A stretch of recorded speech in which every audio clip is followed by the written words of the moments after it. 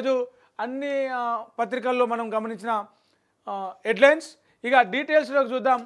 బండి సంజయ్ అన్నాడు ఏమని, ఫోన్ ట్యాపింగ్లో కేసీఆర్ని కూడా విచారించాలి, నోటీసులు ఇవ్వాలి, అవసరమైతే కేంద్రం రెడీగా ఉంది, సిబిఐకి ఇవ్వాలి. అప్పట్లో అధికారంలో రాకముందుకు రేవంత్ రెడ్డి ఏదైతే అన్నాడో ఫోన్ ట్యాపింగ్ చేస్తా ఉన్నారు, ఈ ట్యాపింగ్ కేసు కేంద్రం చొరవ తీసుకోవాలి, సిబిఐ విచారణ చేయాలని చెప్పేసి ఇప్పుడు కేంద్రం సిద్ధంగా ఉంది. రాష్ట్రం కోరితే ఈ ఫోన్ ట్యాపింగ్ కేసు మీద కేంద్రం విచారిస్తుంది, సిబిఐని ఇన్వాల్వ్ చేస్తుంది, కేసీఆర్ను కేటీఆర్ను కూడా విచారణ చేస్తుంది అని చెప్పేసి బండి సంజయ్ మాట్లాడిండు. ఎందుకు ప్రభాకర్ రావుకు రాచ మర్యాదలు చేస్తున్నారు, ఆయనను అందులో పెట్టేసి ఎందుకు రాచ మర్యాదలు చేస్తూ ఉన్నారు, గట్టిగా మాట్లాడండి, జైలు వేసి లోపలేసి విచారించాలని చెప్పేసి కూడా అన్నాడు. ఒకసారి చూద్దాం. బీఆర్ఎస్ పాలనలో ఫోన్ ట్యాపింగ్ వల్ల చాలా కుటుంబాలు నష్టపోయాయని కేంద్ర హోంశాఖ మంత్రి బండి సంజయ్ అన్నారు. సిరిసిల్ల కేంద్రంగా జరిగిందన్నారు. సిరిసిల్ల కేంద్రంగా జరిగిందంటే ఆ కుట్ర వెనుక ఎవరున్నారో ప్రజలకు స్పష్టంగా అర్థమవుతుందని ఆయన పరోక్షంగా కేటీఆర్ను ఉద్దేశించారు.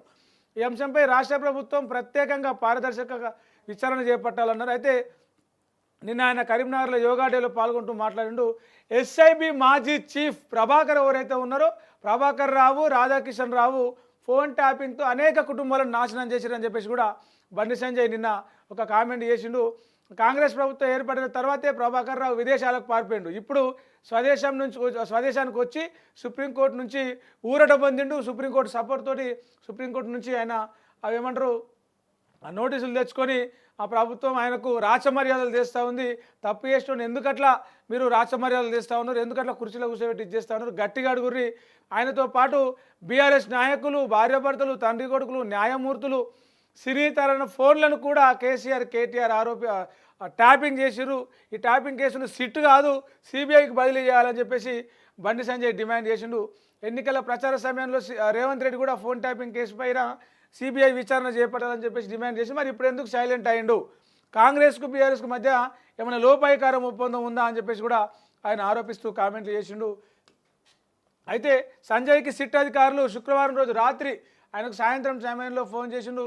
ఆయన ఫోన్ కూడా ట్యాపింగ్ అయిందని చెప్పేసి వాళ్ళు చెప్పడంతో వాంగ్మూలం ఇవ్వాలని చెప్పేసి సిట్ అధికారులు బండి సంజయ్ని కోరితే ప్రస్తుతం కరీంనగర్లో ఉన్న 23 వరకు ఇక్కడనే ఉంటా, ఒక 2 రోజుల్లో సిట్ ముందరకు వచ్చే అవకాశాన్ని ఆ తేదీని ప్రకటిస్తా, మీకే సమాచారం ఇస్తా అని చెప్పేసి చెప్పిండు. అయితే మీరు టైం ఇస్తే మేమే వస్తాం, మేమే మీ దగ్గరకు వచ్చి వాంగ్మూలం తీసుకుంటామని చెప్పేసి అధికారులు కూడా చెప్పారట. మరోవైపు బండి సంజయ్ సన్నిహితుడు BJP Karimnagar parliamentary convener Praveen రావుకు కూడా సిట్ అధికారులు ఫోన్ చేసి వివరాలు అడిగారు.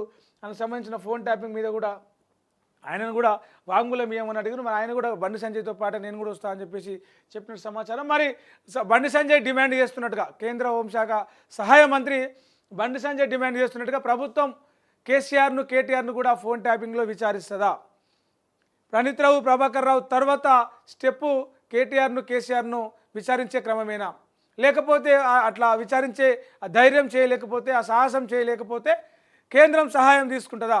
మరి బండి సంజయ్ హింట్ ఇస్తున్నాడా, క్లూ ఇస్తున్నాడా రేవంత్ రెడ్డికి, నువ్వు కేంద్రం సహాయం తీసుకో, సిబిఐ సహాయం తీసుకో, కేసీఆర్ను టార్గెట్ చేద్దామనేలాగా హింట్ ఇస్తున్నాడా అనేది కూడా ఈ బండి సంజయ్ కామెంట్లతోటి ఒక అనుమానాస్పదంగా ఒక డౌట్ అయితే వస్తూ ఉంది, ఒక చర్చలు అయితే మొదలైంది. మరి రాష్ట్ర ప్రభుత్వం ఎలాంటి స్టెప్ తీసుకుంటుందో చూడాలి. ఇది ఇట్లా ఉంటే